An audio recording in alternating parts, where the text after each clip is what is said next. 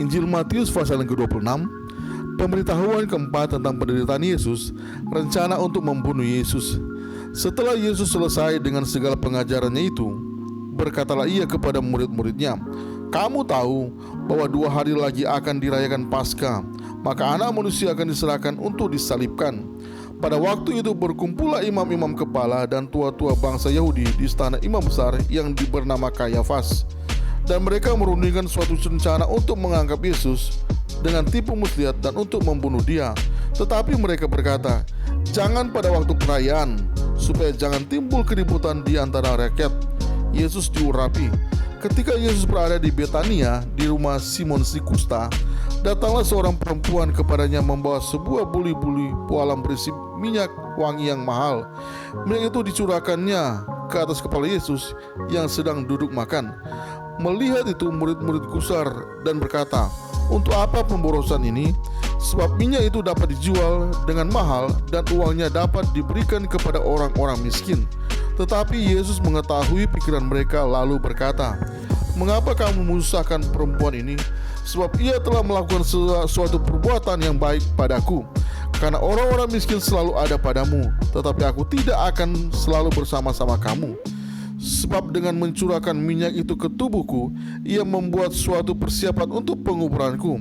Aku berkata kepadamu, sesungguhnya di mana saja Injil ini diberitakan di seluruh dunia, apa yang dilakukannya ini akan disebut juga untuk mengingat dia." Yudas mengkhianati Yesus. Kemudian pergilah seorang dari ke-12 murid itu yang bernama Yudas Iskariot kepada imam-imam kepala. Ia berkata, "Apa yang hendak kamu berikan kepadaku supaya aku menyerahkan dia kepada kamu?" Mereka membayar 30 uang perak kepadanya. Dan mulai saat itu ia mencari kesempatan yang baik untuk menyerahkan Yesus. Yesus makan Paskah dengan murid-muridnya. Pada hari pertama dari hari raya roti tidak beragi, datanglah murid-murid Yesus kepadanya dan berkata, "Di mana engkau kehendaki kami mempersiapkan perjamuan Paskah bagimu?" Jawab Yesus, "Pergilah ke kota kepada si Anu dan katakan kepadanya, pesan guru, waktuku hampir tiba. Di dalam rumahmu lah aku mau merayakan Paskah bersama-sama dengan murid-muridku." Lalu murid-muridnya melakukan seperti yang ditugaskan Yesus kepada mereka dan mempersiapkan Paskah. Setelah hari malam, Yesus duduk makan bersama-sama dengan ke-12 murid itu. Dan ketika mereka sedang makan, ia berkata, "Aku berkata kepadamu, sesungguhnya seorang di antara kamu akan menyerahkan aku." Dan dengan hati yang sangat sedih, berkatalah mereka seorang demi seorang kepadanya, "Bukan aku, ya Tuhan." Ia menjawab, "Dia yang bersama-sama dengan aku mencelupkan tangannya ke dalam pinggan ini, dialah yang akan menyerahkan aku." Ia menjawab, "Dia yang bersama-sama dengan aku mencelupkan tangannya ke dalam pinggan ini, dialah yang akan menyerahkan aku. Anak Manusia memang akan dipergi sesuai dengan yang ada tertulis tentang dia. Akan tetapi celakalah orang yang olehnya Anak Manusia itu diserahkan. Adalah lebih baik bagi orang itu sekiranya ia tidak dilahirkan." Yudas yang hendak menyerahkan dia itu menjawab, katanya, "Bukan aku, ya Rabi." Kata Yesus kepadanya, "Engkau telah mengatakannya." Penetapan perjamuan malam. Dan ketika mereka sedang makan, Yesus mengambil roti, mengucap berkat, memecah-mecahkannya, lalu memberikannya kepada murid-muridnya dan berkata, "Ambillah, makanlah, inilah tubuhku." Sesudah itu ia mengambil cawan, mengucap syukur, lalu memberikannya kepada mereka dan berkata, "Minumlah kamu semua dari cawan ini. Sebab inilah darahku, darah perjanjian yang ditumpahkan bagi banyak orang untuk pengampunan dosa. Akan tetapi aku berkata kepadamu, mulai dari sekarang aku tidak akan minum lagi hasil pokok anggur ini sampai pada hari aku meminumnya, yaitu yang baru bersama-sama dengan kamu dalam kerajaan Bapa-Ku." Petrus akan menyangkal Yesus. Sesudah menyanyikan nyanyian pujian, pergilah Yesus dan murid-muridnya ke Bukit Zaitun. Maka berkatalah Yesus kepada mereka, "Malam ini kamu semua akan tergoncang imanmu karena aku. Sebab ada tertulis, aku akan membunuh gembala dan kawanan domba itu akan tercerai berai. Akan tetapi sesudah aku bangkit, aku akan mendahului kamu ke Galilea. Petrus menjawabnya, biarpun mereka semua tergoncang imannya karena engkau, aku sekali-kali tidak. Yesus berkata kepadanya, aku berkata kepadamu, sesungguhnya malam ini sebelum ayam berkokok, engkau telah menyangkal aku 3 kali. Kata Petrus kepadanya, sekalipun aku harus mati bersama-sama dengan engkau, aku takkan menyangkal engkau. Semua murid yang lain pun berkata demikian juga. Di taman Getsemani, maka sampailah Yesus bersama murid-muridnya ke suatu tempat yang bernama Getsemani.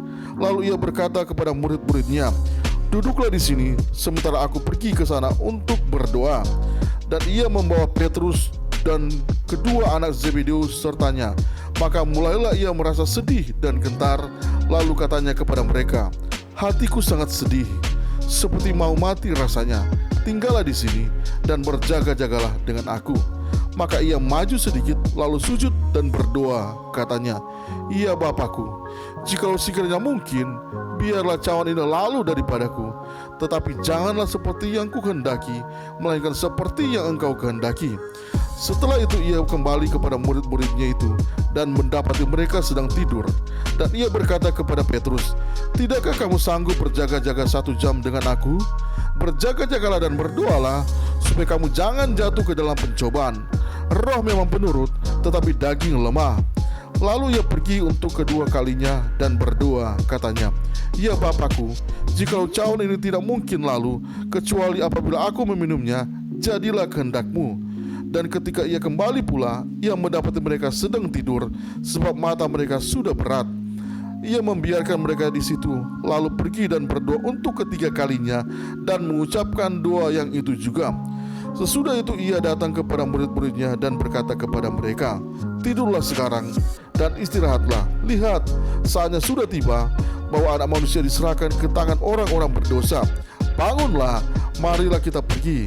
Dia yang menyerahkan aku sudah dekat. Yesus ditangkap. Waktu Yesus masih berbicara, datanglah Yudas, salah seorang dari ke-12 murid itu, dan bersama-sama dia serombongan besar orang yang membawa pedang dan pentung, disuruh oleh imam-imam kepala dan tua-tua bangsa Yahudi. Orang yang menyerahkan dia telah memberitahukan tanda ini kepada mereka. Orang yang akan kucium, itulah dia, tangkaplah dia. Dan segera ia maju mendapatkan Yesus dan berkata, salam Rabi, lalu mencium dia. Tetapi Yesus berkata kepadanya, hai teman, untuk itukah engkau datang? Maka majulah mereka memegang Yesus dan menangkapnya.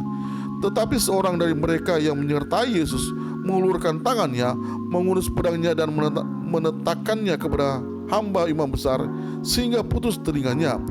Maka kata Yesus kepadanya, masukkan pedang itu kembali ke dalam sarungnya, sebab barang siapa menggunakan pedang, ia akan binasa oleh pedang. Atau kau sangka bahwa aku tidak dapat berseru kepada Bapakku, supaya ia segera mengirim lebih dari 12 pasukan malaikat membantu aku? Jika begitu, bagaimanakah akan digenapi yang tertulis dalam kitab suci yang mengatakan bahwa harus terjadi demikian? Pada saat itu Yesus berkata kepada orang banyak, sangkamu aku ini penyamun, maka kamu datang lengkap dengan pedang dan pentung untuk menangkap aku. Padahal tiap-tiap hari aku duduk mengajari di bait Allah, dan kamu tidak menangkap aku.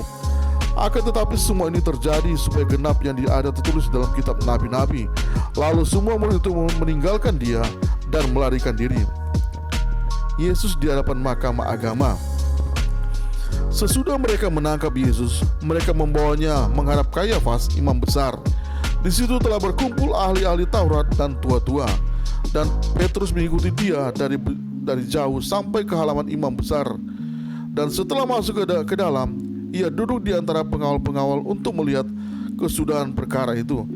Imam-imam kepala, malah seluruh mahkamah agama mencari kesaksian palsu terhadap Yesus, supaya ia dapat dihukum mati. Tetapi mereka tidak memperolehnya, walaupun tampil banyak saksi dusta. Tetapi akhirnya tampillah 2 orang yang mengatakan, orang ini berkata, aku dapat merubuhkan bait Allah dan membangunnya kembali dalam 3 hari. Lalu imam besar itu berdiri dan berkata kepadanya, tidakkah engkau memberi jawab atas tuduhan-tuduhan saksi-saksi ini terhadap engkau? Tetapi Yesus tetap diam. Lalu kata imam besar itu kepadanya, Demi Allah yang hidup, katakanlah kepada kami, apakah engkau Mesias, anak Allah atau tidak? Jawab Yesus, engkau telah mengatakannya. Akan tetapi aku berkata kepadamu, mulai sekarang kamu akan melihat Anak Manusia duduk di sebelah kanan Yang Maha Kuasa dan datang di atas awan-awan di langit. Maka imam besar itu mengoyakkan pakaiannya dan berkata, ia menghujat Allah.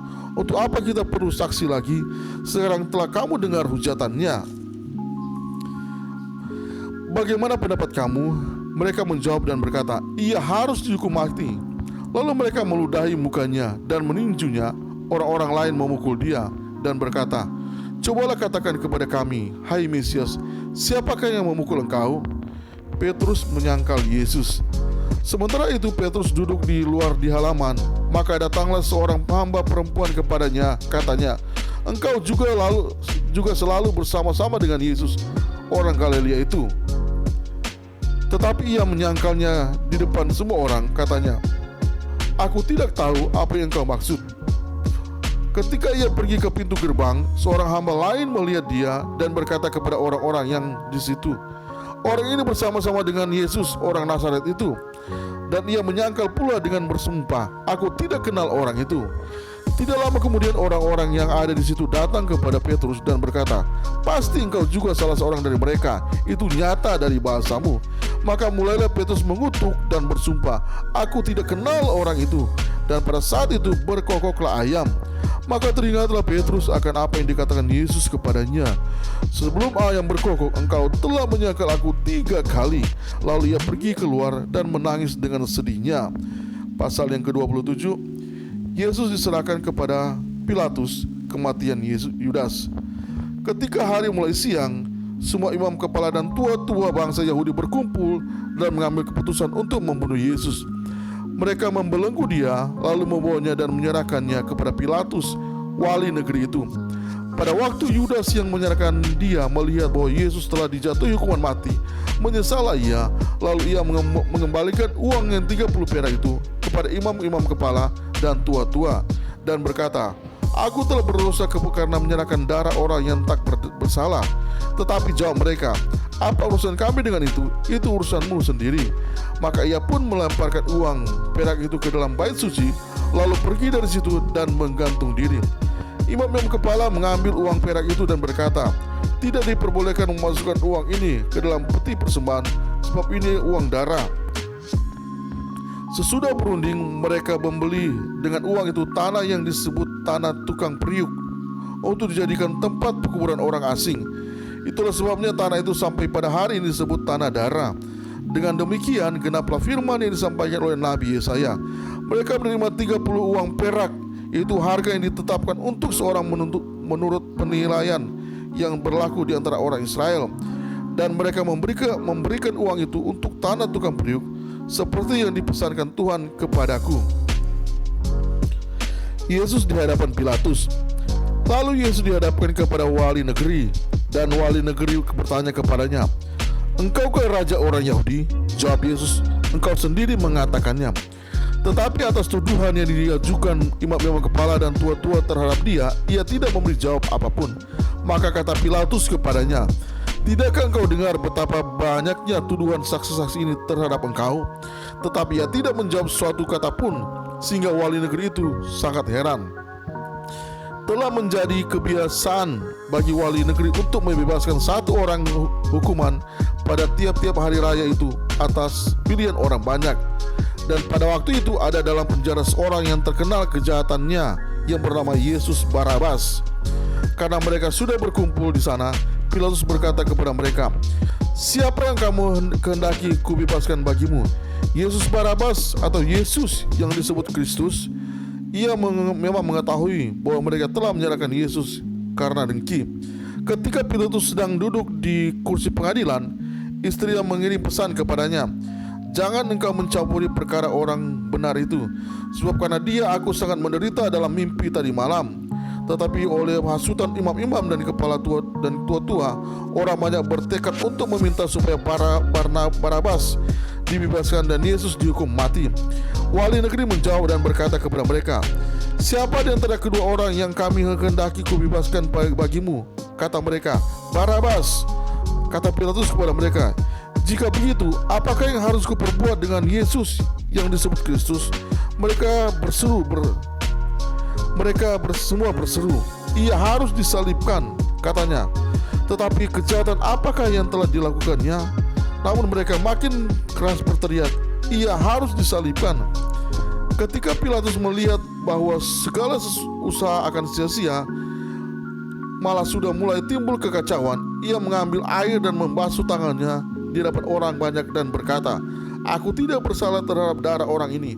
Itu urusan kamu sendiri."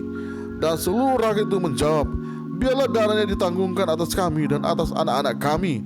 Lalu ia membebaskan Barabas bagi mereka, tetapi Yesus disesah, lalu diserahkannya untuk disalibkan. Yesus diolok-olok. Kemudian serdadu-serdadu wali negeri membawa Yesus ke gedung pengadilan, lalu memanggil seluruh pasukan berkumpul sekeliling Yesus. Mereka menanggalkan pakaiannya dan mengenakan jubah ungu kepadanya. Mereka menganyam sebuah mahkota dari duri dan menaruhnya di atas kepalanya, lalu memberikan dia sebatang bulu di tangan kanannya. Kemudian mereka berlutut di hadapannya dan mengolok-olok dia. Katanya, "Salam, hai Raja orang Yahudi." Mereka meludahinya dan mengambil bulu itu dan memukulkannya ke kepalanya. Sesudah mengolok-olok dia, mereka menanggalkan jubah itu daripadanya dan mengenakan pula pakaiannya kepadanya. Kemudian mereka membawa dia keluar untuk disalibkan. Yesus disalibkan. Ketika mereka berjalan keluar kota, mereka berjumpa dengan seorang dari Kirene yang bernama Simon. Orang itu mereka paksa untuk memikul salib Yesus. Maka sampailah mereka di suatu tempat yang bernama Golgota, artinya tempat tengkorak. Lalu mereka memberi dia minum anggur bercampur empedu. Setelah ia mengecapnya, ia tidak mau meminumnya. Sesudah menyalibkan dia, mereka membagi-bagikan pakaiannya dengan membuang undi. Lalu mereka duduk di situ menjaga dia, dan di atas kepalanya terpasang tulisan yang menyebut alasan mengapa ia dihukum. "Inilah Yesus, Raja orang Yahudi." Bersama dengan dia disalibkan dua orang penyamun, seorang di sebelah kanan dan seorang di sebelah kirinya. Orang-orang lewat di sana menghujat dia dan sambil menggelengkan kepala, mereka berkata, "Hai engkau yang mau merubuhkan bait suci dan mau membangunnya kembali dalam 3 hari, selamatkanlah dirimu. Jikalau engkau anak Allah, turunlah dari salib itu." Demikian juga imam-imam kepala bersama-sama dengan ahli Taurat dan tua-tua mengolok-olokkan dia, dan mereka berkata, "Orang lain ia selamatkan, tetapi dirinya sendiri tidak dapat ia selamatkan. Ia Raja Israel. Baiklah ia turun dari salib itu, dan kami akan percaya kepadanya." Ia menaruh harapannya kepada Allah. Baiklah Allah menyelamatkan dia, jikalau Allah berkenan kepadanya, karena ia telah berkata, "Aku adalah anak Allah." Bahkan penyamun-penyamun yang di sebelah disalibkan bersama-sama dengan dia mencelanya. Demikian juga Yesus mati. Mulai dari jam 12 kegelapan meliputi seluruh negeri itu sampai jam 3. Kira-kira jam 3 berserulah Yesus dengan suara nyaring, "Eli, Eli, lama sabachthani," artinya, "Allahku, Allahku, mengapa engkau meninggalkan aku?" Mendengar itu beberapa orang yang berdiri di situ berkata, "Ia memanggil Elia." Dan segeralah datang seorang dari mereka. Ia mengambil bunga karang, mencelupkannya ke dalam anggur asam, lalu mencucukkannya kepada sebatang bulu dan memberi Yesus minum. Tetapi orang-orang lain berkata, "Jangan, baiklah kita lihat apakah Elia datang untuk menyelamatkan dia." Yesus berseru pula dengan suara nyaring, lalu menyerahkan nyawanya. Dan lihatlah, tabir bait suci terbelah dari atas sampai ke bawah, dan terjadilah gempa bumi, dan bukit-bukit batu terbelah, dan kuburan-kuburan terbuka, dan banyak orang kudus yang telah meninggal bangkit. Dan sesudah kebangkitan Yesus, mereka pun keluar dari kubur, lalu masuk ke kota kudus dan menampakkan diri kepada orang banyak. Kepala pasukan dan prajurit-prajuritnya yang menjaga Yesus menjadi sangat takut ketika mereka melihat gempa bumi dan apa yang telah terjadi, lalu berkata, "Sungguh ia ini adalah anak Allah." Dan ada di situ banyak perempuan yang melihat dari jauh. Itu perempuan-perempuan yang mengikuti Yesus dari Galilea untuk melayani dia.